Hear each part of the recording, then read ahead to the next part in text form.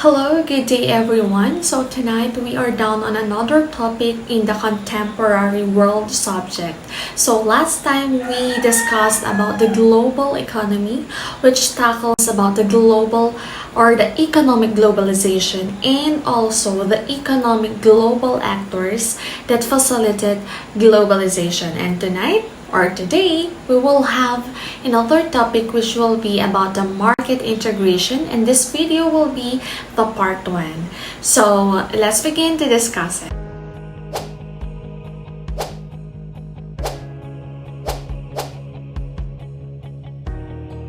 Today we will learn about the market integration part 1, and we are going to discuss the definition of market integration first, and then followed by the types of market integration, its forms, and of course we are also going to tackle the primary sectors of economy as a review. So first, let us define what is market integration.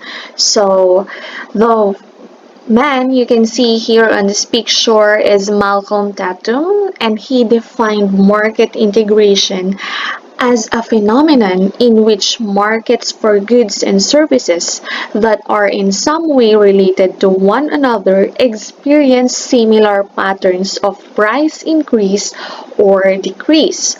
So this term can refer to a situation in which the prices of related goods and services sold in a specific geographic area begin to move in a similar pattern. So that is to say that market integration occurs when prices among different locations or related goods follow similar patterns over a long period of time.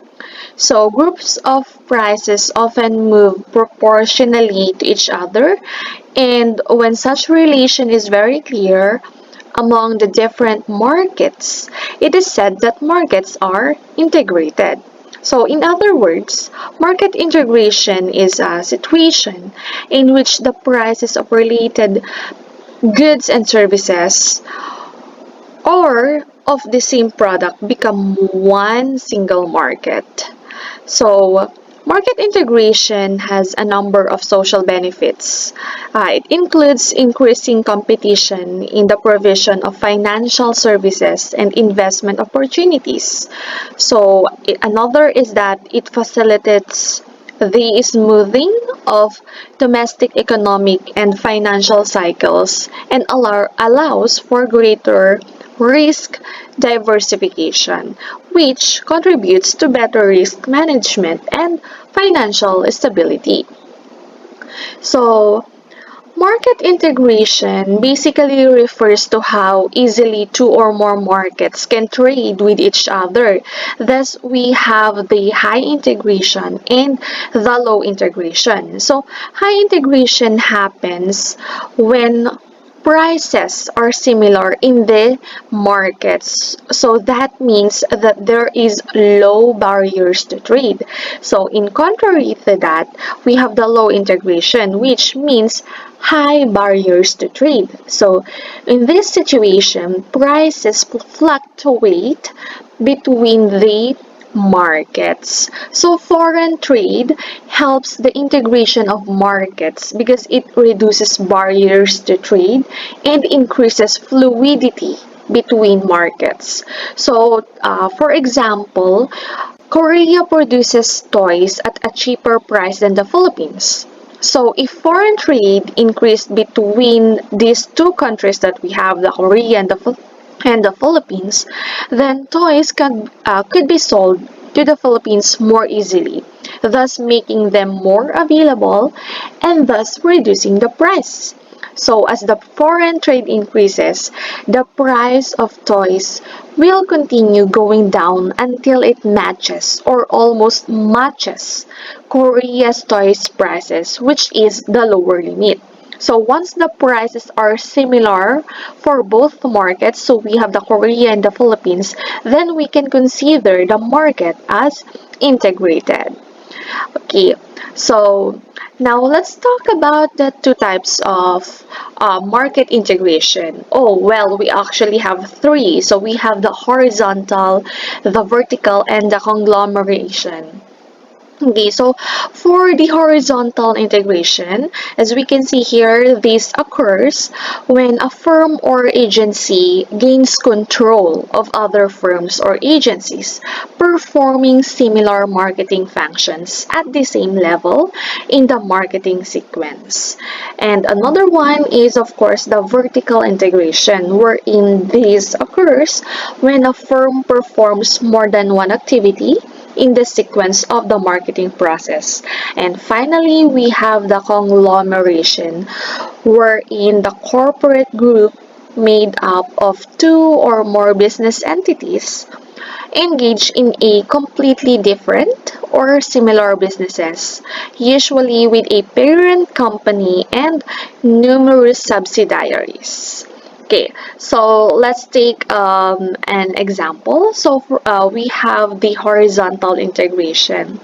So first, as we can see here, a company's primary goal when pursuing horizontal integration is to acquire a similar company in the same industry. And of course, it also includes other objectives such as expanding the economy's or the company's market, increasing market power, increasing product or service differentiation, and of course, to lower competition. So, for example, if a department store wants to enter a new market, it might decide to merge with a similar one in another country to begin operations there. So the goal will be to generate more revenue following the merger. So in an ideal world, the company would make more money than if it were two separate businesses. So that is an example of horizontal integration. So in the Philippines, there are also banks and corporate mergers and acquisitions. So, for instance, this 2021, the President has approved the merge of the Land Bank of the Philippines or the LBP and the UCPB or the Unified Cocoa Planters Bank. So another one is the merge of SM Investment Corporations and the To Go Group, INC, and even some telecommunication providers such as the PLDT and Globe. So these aim to merge to decrease the competition. Okay, so now let's proceed to the vertical integration. So vertical integration is or happens when a company buys another company that is involved in the same industry's production process. So this can be done for a variety of reasons, including strengthening company supply chain, lowering production costs, capturing upstream or downstream profits, and gaining access to new distribution channels. So, to achieve this, one company buys another that is either ahead or behind it in the supply chain. So one of the most notable example of vertical integration is in the entertainment industry, which is the Netflix. And Netflix was at the end of the supply chain before it starting its own content studio because it distributed films and television shows made by other content creators. But now Netflix executives realize that creating their own original content would generate more revenue. So the company's original content offerings expanded during or in 2013. Okay, now let's have the conglomeration. And for this one, as we have said a while ago, this conglomerate is defined as a corporate group made up of two or more business entities engaged in completely different or similar businesses, and usually with a parent company and numerous subsidiaries. And Examples of conglomeration are the Berkshire Hathaway, Amazon, Alphabet, Facebook, Procter and Gamble, and such.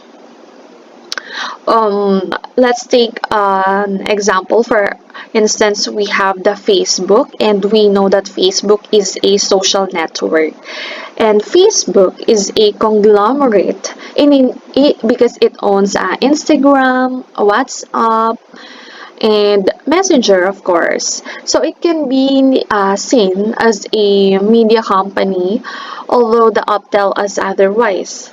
So Facebook may not think that it's a media company, but as a major distributor of news, like the world's largest, of course, since Facebook occurs for the different countries in the world.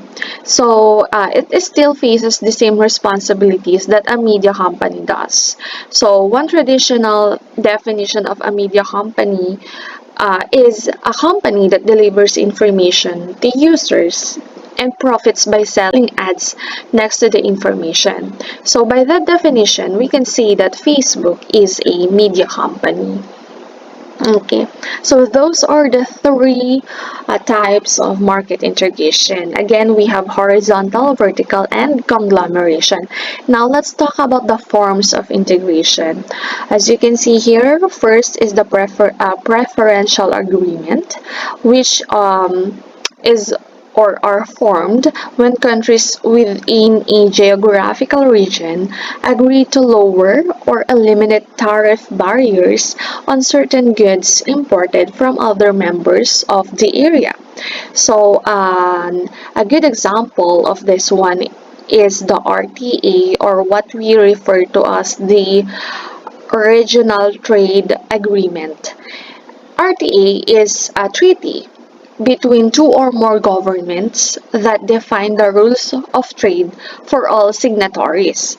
So, certain industries in the United States, such as the automobile and electronics manufacturers, prefer RTAs because they allow them to take advantage of lowering manufacture costs in other parts of the world while avoiding competition from European and Japanese producers or Asia. So, which they would face in a multilateral agreement. And that is an example of a preferential agreement. Now, let's go to another form, which is the free trade area. And FTAs, or the free trade area, are formed when two or more countries in a region agree to reduce or eliminate trade barriers on all goods imported from other members. A good example of this is the NAFTA, or the North Atlantic Free Trade Agreement, which includes the United States, Canada, Mexico, and these three countries are example of such a free trade zone. Okay, let's go to another form, which is the customs union. And a customs union entails the elimination of tariff barriers between members and the acceptance of a single or unified external tariff against non-members. So, for example, we have the European Union. And we know that EU is the most well-known example of this one. And trade between EU members or member states is tariff-free, and the same tariff is paid regardless of which EU country imports a product.